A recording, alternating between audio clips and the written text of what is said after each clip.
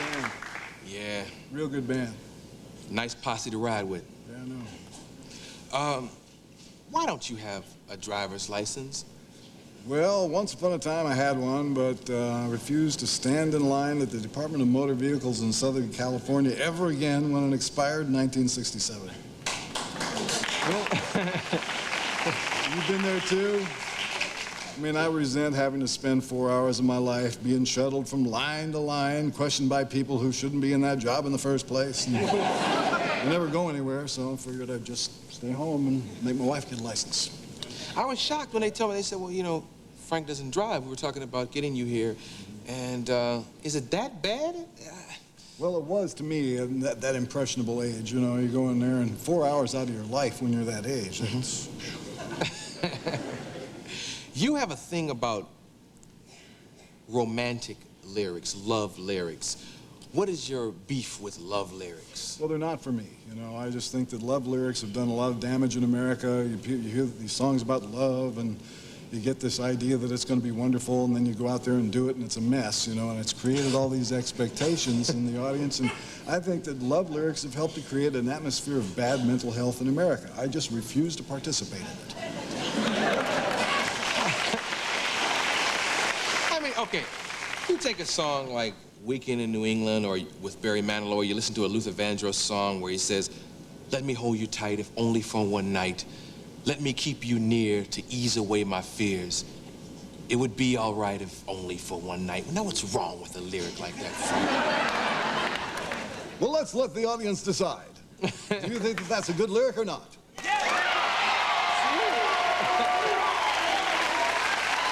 I mean, this guy is saying, if I can't have you forever, just if only for one night.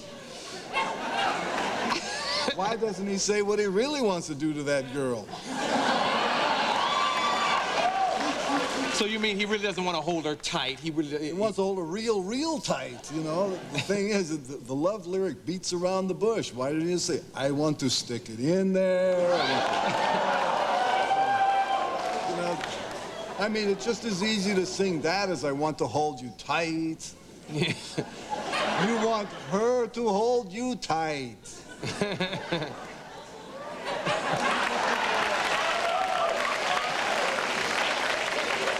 Luther, come on, get with the program.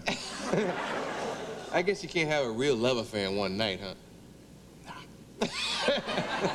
Not unless you're in a real big hurry. What's in this book, the real Frank Zappa book? Well, first of all, the good news. The type is really large and it has cartoons in it. You're right. Look how big that type is. This is exactly what we need for a post-literate society. Please read this book. The type is so big. Okay. All done? See, it was fast, too. Look, we'll take a commercial, and we'll come right back, and we'll talk more about what's inside there and what's inside there.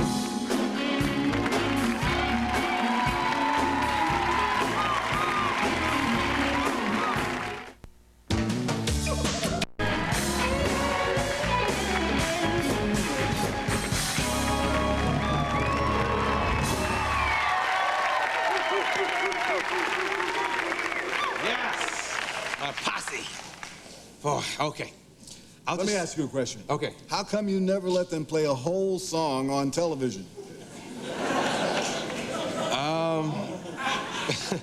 Because that's a good band, and you should let them play on television, not just during the commercials. You have a good point. You really have a good point, because they're bad. Just one song, please, just one song all They're day. probably better than some musical guests that we have. Yeah. I tell you what. What? Tomorrow night? Yeah. All right. We go riding with the posse tomorrow night. Okay. Cool. Thank you. Yeah, I just want to see live music stay on television. You should be a producer. You just produced the segment for tomorrow night. You never want to see that happen. Hey, that's how my career started, actually. I know. Accidents will happen. That's a long story. I don't know if they know that, but we won't tell it again. They know that story. Let's talk about things on television. CNN.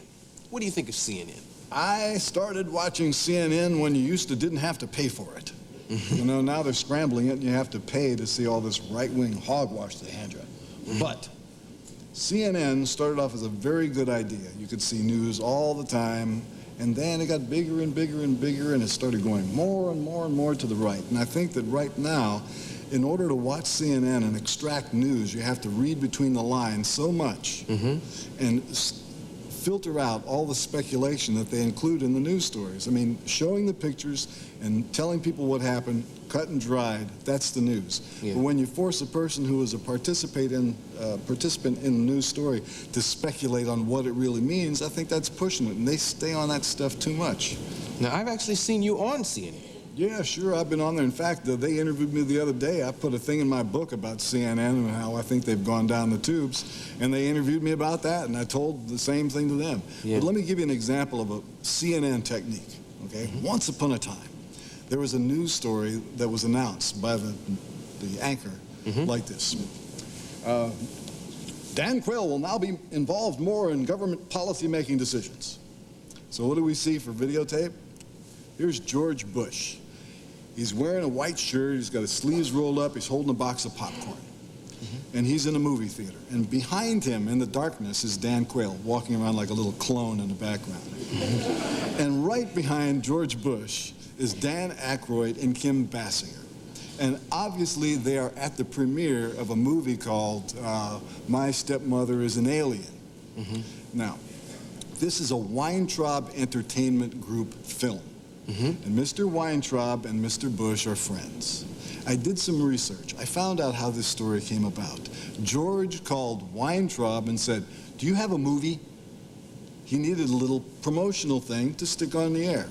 This is obviously a plug for a movie, and it's introduced as a story about Dan Quayle. Now, that's an abuse of the news, I think. Yeah. You were in the news a while back. I think I even saw you on CNN talking about this when Tipper Gore was trying to have albums censored, put an R, put an X, or whatever system they were going to create. I was surprised to see you heading the protest. Why wasn't someone like Prince involved with you in that? I mean, as a matter of fact, I don't know.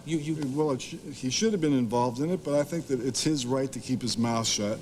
It's also Bruce Springsteen's right to keep his mouth shut, and anybody else that they went after. They never attacked my lyrics. They attacked those people. They even went after Michael Jackson. But you fought real hard for these people, and it was never your music involved. That's the thing that shocked me. It's the principle of the thing.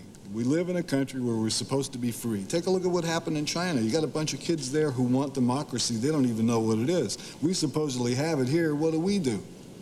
Sit around and go, let somebody else take care of it for me. You know.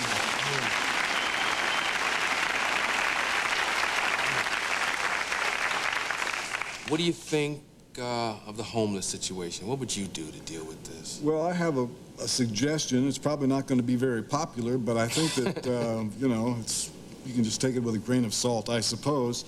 You have a bunch of people now who are homeless. These are whole families of people who are homeless. We never had this before. We used to have hobos, we had bums, we had winos, but we didn't have whole families with no place to live and nothing to eat. And we got one guy to thank for it, and his name is Ronald Reagan.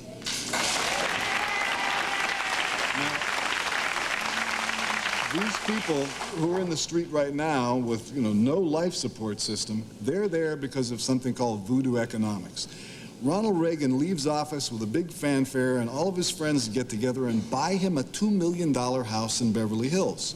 So this means he's not spending too much time at the ranch in Santa Barbara anymore. I think he ought to, at least, since it's his fault, let them move to Santa Barbara and squat on the ranch.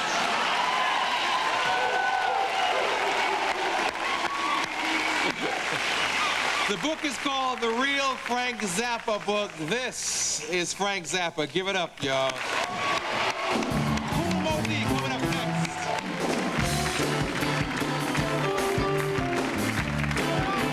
We're getting loaded.